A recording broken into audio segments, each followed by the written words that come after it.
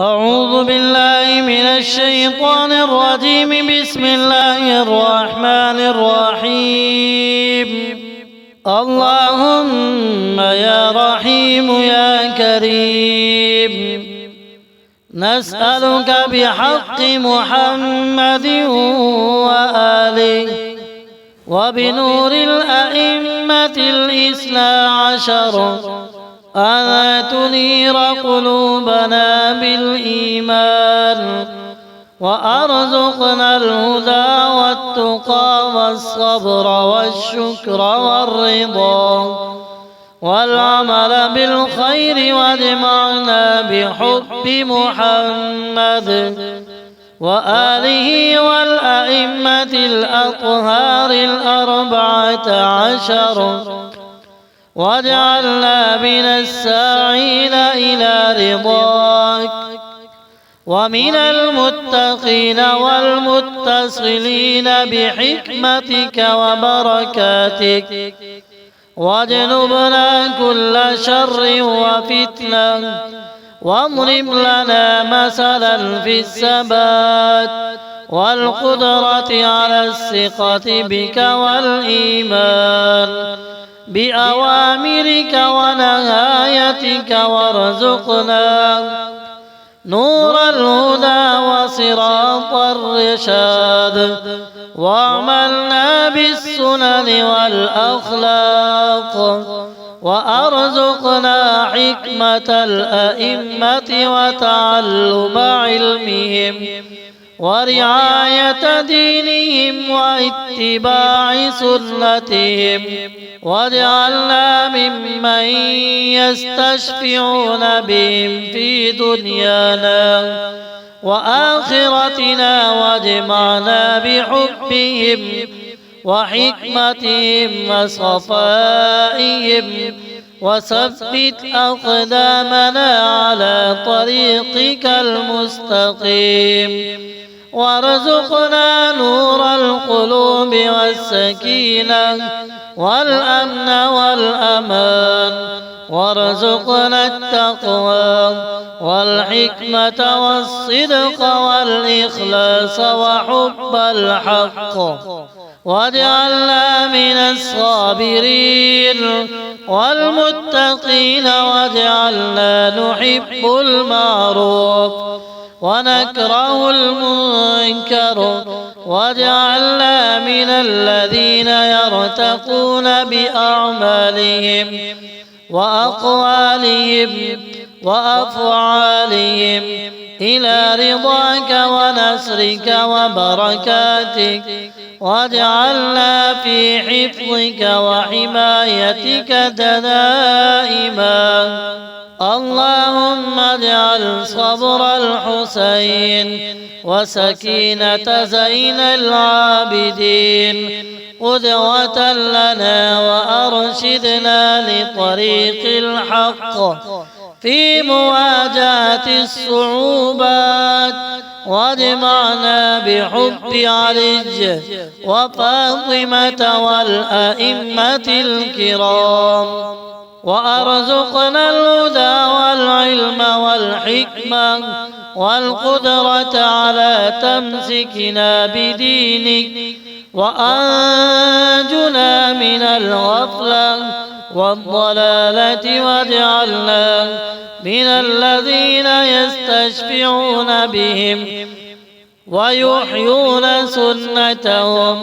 اللهم اجعل حب الأئمة في قلوبنا وشفاعتهم عندك، وألهمنا السير على نهجهم، وارزقنا الطمأنينة والسكينة والأمن والأمان، واجمعنا بحب محمد وآله في كل أمر، واغمرنا ببركتهم في أعمالنا وأقوالنا وأفعالنا ونوايانا، وارزقنا الفلاح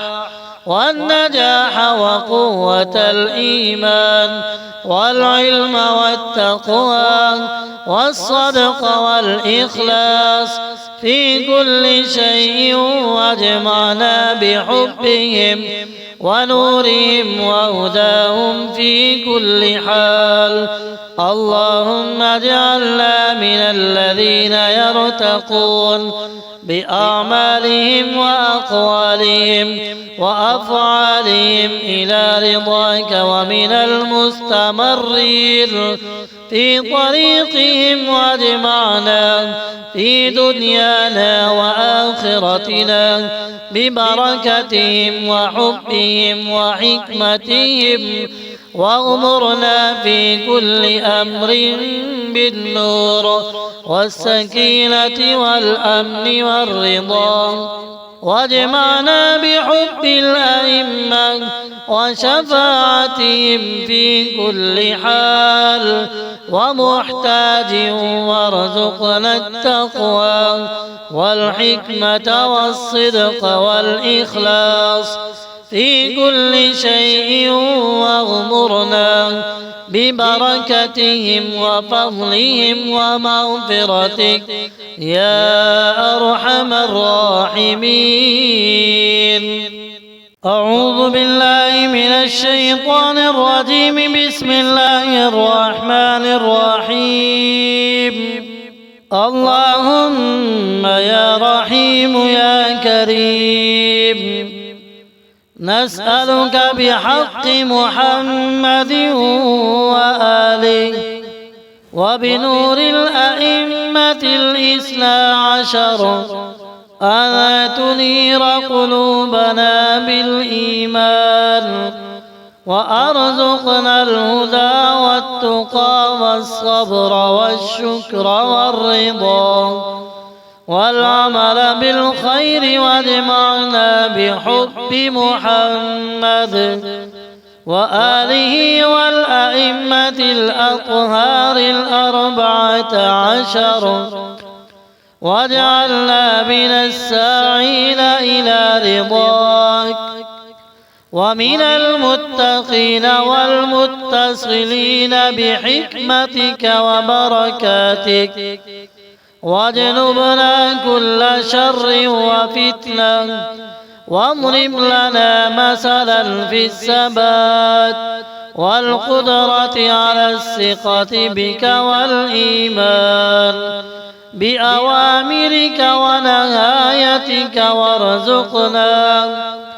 نور الهدى وصراط الرشاد، وعملنا بالسنن والأخلاق،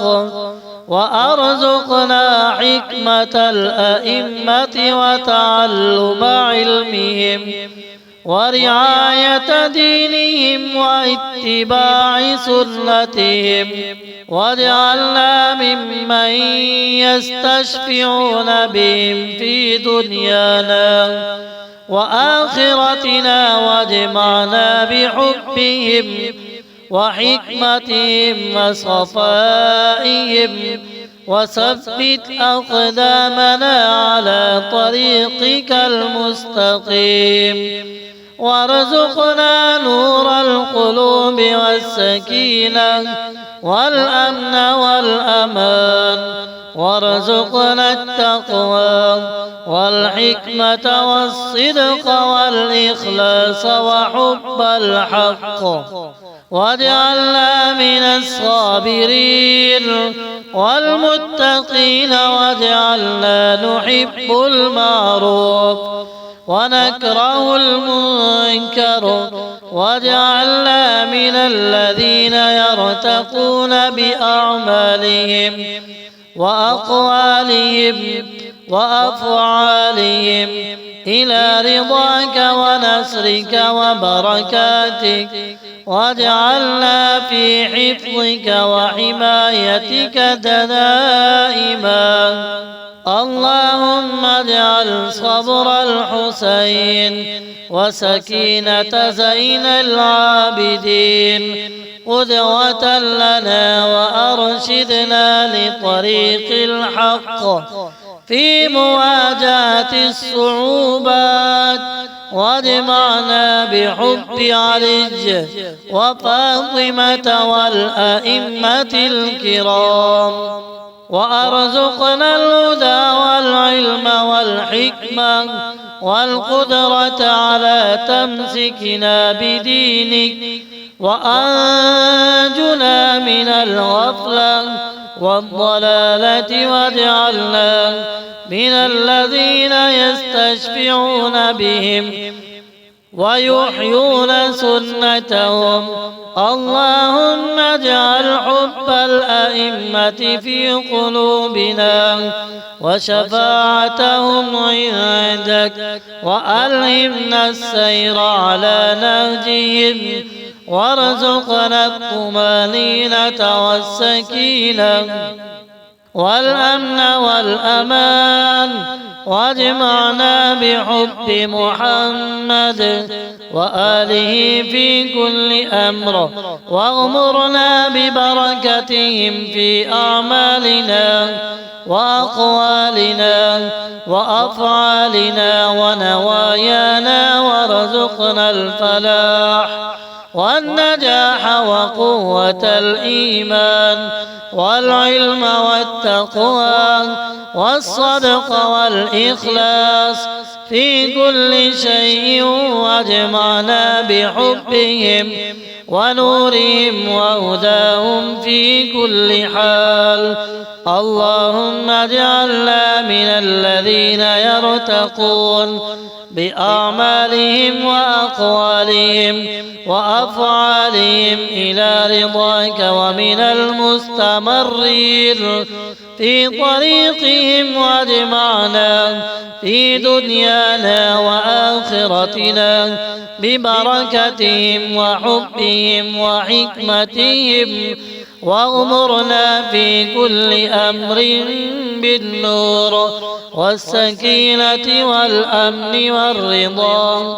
واجمعنا بحب الأئمة وشفاعتهم في كل حال ومحتاج، وارزقنا التقوى والحكمة والصدق والإخلاص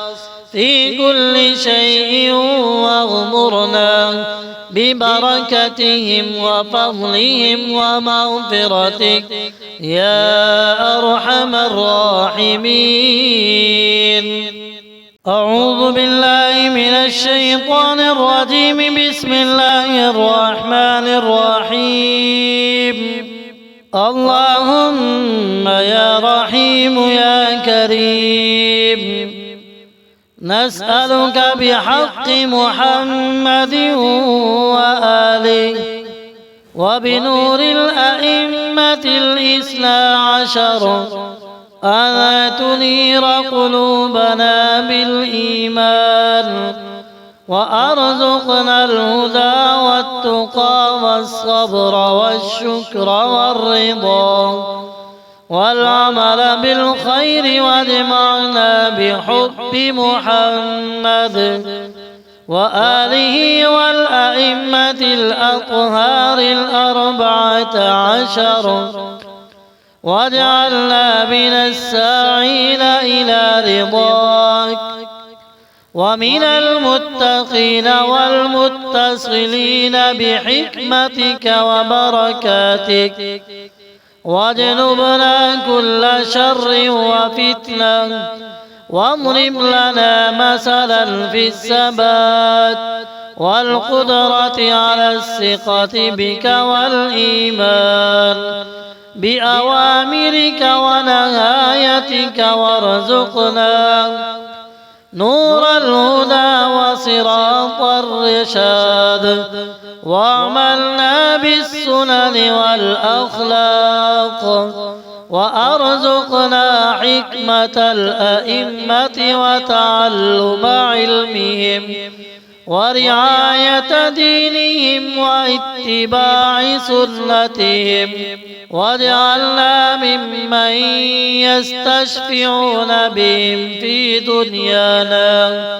وآخرتنا، واجمعنا بحبهم وحكمتهم وصفائهم، وثبت أقدامنا على طريقك المستقيم، وارزقنا نور القلوب والسكينة والأمن والأمان، وارزقنا التقوى والحكمة والصدق والإخلاص وحب الحق، واجعلنا من الصابرين والمتقين، واجعلنا نحب المعروف ونكره المنكر، واجعلنا من الذين يرتقون بأعمالهم وأقوالهم وأفعالهم إلى رضاك ونصرك وبركاتك، واجعلنا في حفظك وحمايتك دائما. اللهم اجعل صبر الحسين وسكينة زين العابدين قدوة لنا وأرشدنا لطريق الحق في مواجهة الصعوبات، واجمعنا بحب علي وفاطمة والأئمة الكرام، وأرزقنا الهدى والعلم والحكمة والقدرة على تمسكنا بدينك، وأنجنا من الغفلة والضلالة، واجعلنا من الذين يستشفعون بهم ويحيون سنتهم. اللهم اجعل حب الأئمة في قلوبنا وشفاعتهم عندك، وألهمنا السير على نهجهم، وارزقنا الطمأنينة والسكينة والأمن والأمان، واجمعنا بحب محمد وآله في كل أمر، واغمرنا ببركتهم في أعمالنا وأقوالنا وأفعالنا ونوايانا، وارزقنا الفلاح والنجاح وقوة الإيمان والعلم والتقوى والصدق والإخلاص في كل شيء، واجمعنا بحبهم ونورهم وهداهم في كل حال. اللهم اجعلنا من الذين يرتقون بأعمالهم وأقوالهم وأفعالهم إلى رضاك، ومن المستمرين في طريقهم، واجمعنا في دنيانا وآخرتنا ببركتهم وحبهم وحكمتهم، واغمرنا في كل أمر بالنور والسكينة والأمن والرضا، واجمعنا بحب الأئمة وشفاعتهم في كل حال ومحتاج، وارزقنا التقوى والحكمة والصدق والإخلاص في كل شيء، واغمرنا ببركتهم وفضلهم ومغفرتك يا أرحم الراحمين.